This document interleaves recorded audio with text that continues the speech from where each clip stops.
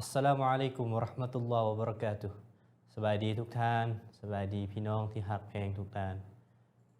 มื้อนี้เฮาสิมาเรียนรู้เกี่ยวกับศาสนาอิสลามศาสนาอิสลามก็คือศาสนาที่ถูกยอมรับจากพระเจ้าผู้ทรงสร้างจักรวาลผู้ทรงสร้างทั้งโลกและแผ่นดินของเฮานี้ศาสนาอิสลามนั้นคือศาสนาที่แท้จริงมื้อนี้เฮาสิมาเรียนรู้เกี่ยวกับศาสนาอิสลามก็คือ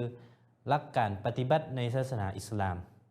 หลักการปฏิบัติในศาสนาอิสลามนั้น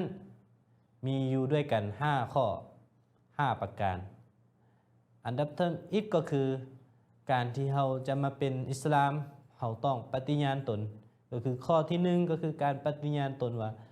อัชฮะดุอัลลอฮ์อิลาฮะอิลลัลลอฮ์วะอัชฮะดุอันนะมุฮัมมัดรอซูลุลลอฮ์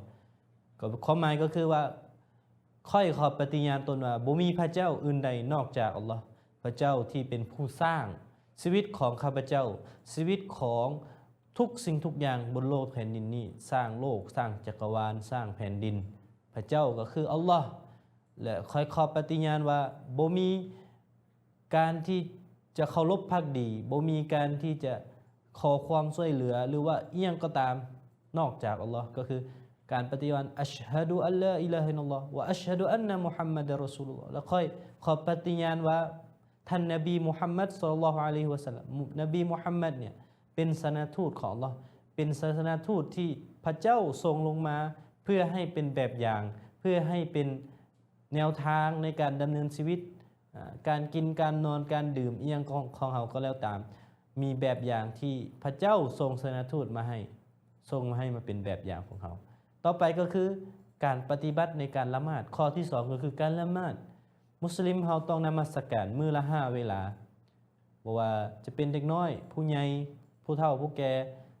เป็นข้อบังคับต้องละหมาดใน5เวลาในมื้อหนึ่งอันดับ3ก็คือที่3ก็คือการจ่ายซะกาตการบริจาคเพื่ออย่างเพื่อที่จะเฮ็ดให้สังคมของเฮานั้นมีประสิทธิภาพมีความสมดุลในความเท่าเทียมบ่ว่าจะเป็นคนรวยคนทุกข์คนยากก็มีความเท่าเทียมในการที่จะจ่ายทรัพย์สินที่ตัวเองมีเพื่อให้บรรเทาให้กับผู้ที่ยากจนข้อที่4ก็คือการถือศีลอดการถือศีลอดการอดอาหารก็คือในเดือนอิสลามเดือนรอมฎอนมุสลิมผู้ที่เชื่อในพระเจ้าผู้ที่เชื่อในอิสลามนั้นต้องปฏิบัติก็คือการอดอาหารการละเว้นความชั่วบ่ว่าจะเป็นการกระทำหรือด้วยคำเว้าคำว่าอิสลามเฮาก็ได้งดเว้นในเดือนหนึ่งก็คือช่วยให้ร่างกายของเฮานั้นสามารถที่จะหยุดการที่ว่าเป็นการงดอาหารให้ร่างกายระบบอวัยวะของเฮาได้พักผ่อนข้อที่5ก็คือการไปประกอบพิธีฮัจญ์ในเดือนในประเทศมักกะฮ์ในเดือนซุลฮิจญะห์ก็คือให้เฮานั้นไปประกอบพิธีฮัจญ์ที่ประเทศซาอุดีอาระเบียก็คืออยู่มักกะฮ์เป็นเวลาเจาะจงของมันหากใครมีความสามารถใครบ่มีความสามารถก็ให้มีความปรารถนามีความต้องการที่อยากที่จะไปเฮ็ดประกอบพิธีฮัจญ์นี่ก็คือ5หลักปฏิบัติง่ายๆที่ศาสนาอิสลามให้เฮาเฮ็ดผู้ที่เชื่อมั่นในพระเจ้าผู้ที่ยอมรับในพระเจ้ายอมรับการข้อกำหนดของพระเจ้าแล้วแน่นอน5ปฏิบัตินี้เป็นสิ่งที่ง่ายดายและเป็นสิ่งที่บ่ยากสำหรับเขาเพราะฉะนั้นแล้วเฮาในฐานะที่เป็นผู้ที่สนใจผู้ที่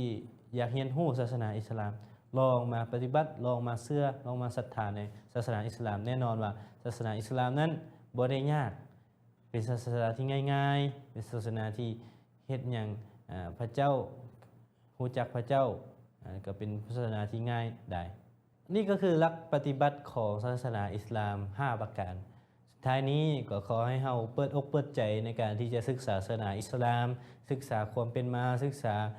หลักความเชื่อของศาสนาอิสลามให้หลายๆเพื่อให้เฮานั้นได้รู้จักกับศาสนาที่แท้จริงเป้าหมายชีวิตของเฮาว่าเฮานั้นควรที่จะปฏิบัติอยู่ในหลักการศาสนาใดก็ขอขอบใจ